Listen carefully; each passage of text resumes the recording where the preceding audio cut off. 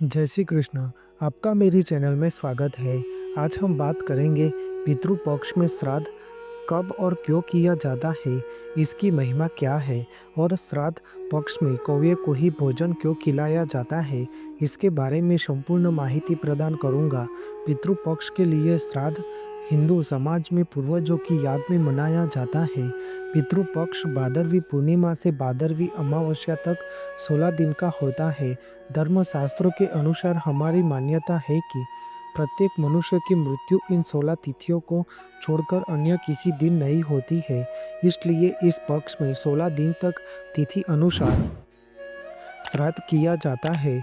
श्राद्ध मृत्यु के 1 साल बाद मनाया जाता है। ज्योतिष और धर्मशास्त्र कहते हैं कि पितरों के निमित्त यह काल इसलिए भी श्रेष्ठ माना गया है कि क्योंकि इसमें सूर्य कन्या राशि में रहता है और यह ज्योतिष गणना पितरों के लिए अनुकूल होती है। पितृ पक्ष में अपने पूर्वजों का श्राद्ध करना महत्वपूर्ण है। पौराणिक मान्यता अनुसार हमारी पिछली 3 पीढ़ियों की आत्माएं स्वर्ग और पृथ्वी के बीच स्थित पितृलोक में रहती है। पितृलोक में अंतिम 3 पीढ़ियों का ही श्राद्ध किया जाता है। इस दौरान पितरों का तर्पण करने से उनकी आत्मा को शांति मिलती है और वे प्रसन्न होकर उनके वंशज को आयु, पुत्र, यश, स्वर्ग, कीर्ति, पुष्टि, बल, श्री, पशु, सुख और धन धान्य के आशीर्वाद मिलता है।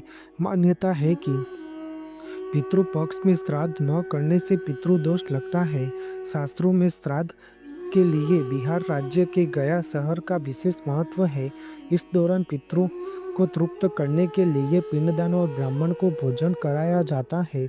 गया जैसे पवित्र स्थल पर यह अधिक प्रमुखता से किया जाता है। हालांकि घर में श्राद्ध करने की भी प्रक्रिया है। इसके लिए सूर्योदय से पहले स्नान करके साफ कपड़े पहन ले। इसके बाद श्राद्ध विधि करें और फिर दान करना चाहिए। इस दिन गाय, कौवा, कुत्ता और चींटी को भी खाना खिलाना चाहिए। शास्त्रों के अनुसार ऐसा करने से शुभ फल प्राप्त होता है। पितृपक्ष न केवल हमारी पूर्वजों की याद को जिंदा रखने का समय है, बल्कि यह हमें अपने धार्मिक कर्तव्यों की पूर्ति करने का भी अवसर भी प्रदान करता है। समर्पण और कृतज्ञता की इसी भावना से श्राद्ध पक्ष प्रेरित है, जो जातक को पितृ ऋण से मुक्ति मार्ग दिखाता है। समय अनुसार श्राद्ध करने से कुल में कोई दुखी नहीं रहता। पुराणों की कथा अनुसार कहा जाता है कि एक बार देवराज इंद्र के पुत्र जयंती कौवा बनकर माता सीता के पैरों में चोंच मार दी थी। इसे देखकर भगवान श्री राम ने अपने बाण से उसकी आंखों पर वार कर दिया और कौवे की एक आंख फूट गई। कौवे को जब इसका पछतावा हुआ तो उसने श्री राम से क्षमा मांगी। तब भगवान राम ने क्षमा करके आशीर्वाद स्वरूप कहा कि तुमको खिलाया गया भोजन पितरों को तृप्त करेगा। कौवा को ऐसा वरदान मिला है कि वह भूतकाल और भविष्य की सारी घटना से परिचित होता है। तभी से कौवे को भोजन खिलाने का विशेष महत्व है।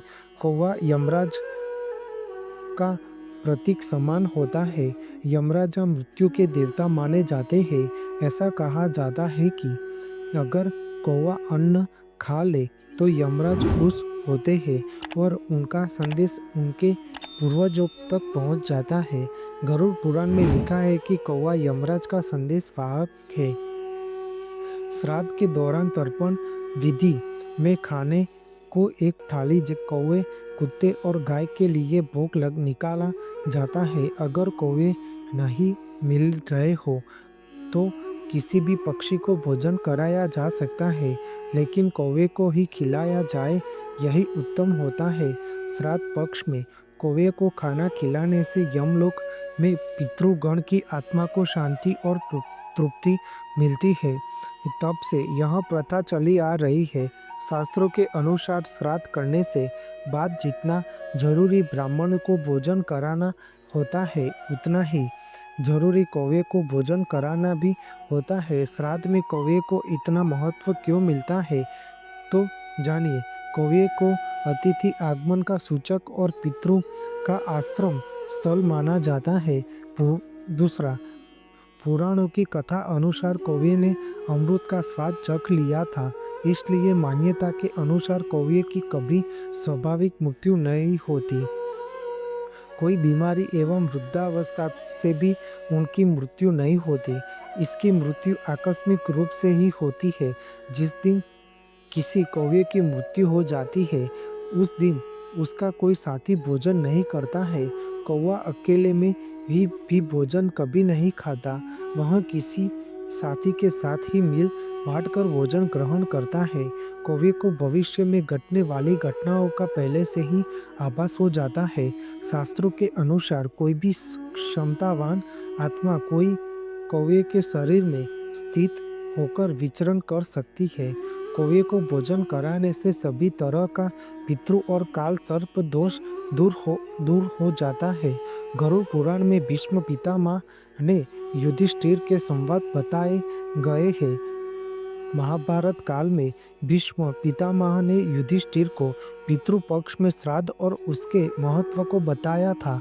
भीष्म पितामह ने बताया था कि अत्रि मुनि ने सबसे पहले श्राद्ध के बारे में महर्षि नेमि को ज्ञान दिया था। अपने पुत्र की आकस्मिक मृत्यु से दुखी होकर नेमि ऋषि ने अपने पूर्वजों का आह्वान करना शुरू कर दिया था। इसके बाद पूर्वज उनके सामने प्रकट हुए और कहा, नेमि, आपका पुत्र पहले ही पितृदेवों के बीच स्थान ले चुका है, परंतु आपने अपने दिवंगत पुत्र की आत्मा को खिलाने और पूजा करने का कार्य किया है। यह वैसा ही जैसे अपने पितृ यज्ञ किया था। उस समय से श्राद्ध को सनातन धर्म का महत्वपूर्ण अनुष्ठान माना जाता है। इसके बाद से महर्षि नेमि ने भी श्राद्ध कर्म शुरू किए और उसके बाद सारे ऋषि मुनियों ने श्राद्ध करना शुरू कर दिए। कुछ मान्यताएं बताती है कि युधिष्ठिर ने कौरव और पांडवों की ओर से युद्ध में मारे गए सैनिकों के अंतिम संस्कार के बाद उनका श्राद्ध किया था। तब से श्राद्ध की परंपरा चली आ रही है। आपको मेरी यह माहिती अच्छी लगी हो तो मेरी चैनल को लाइक, शेयर, कमेंट, सब्सक्राइब करें और बेल आइकॉन को दबाना ना भूलें। जय स्वामीनारायण।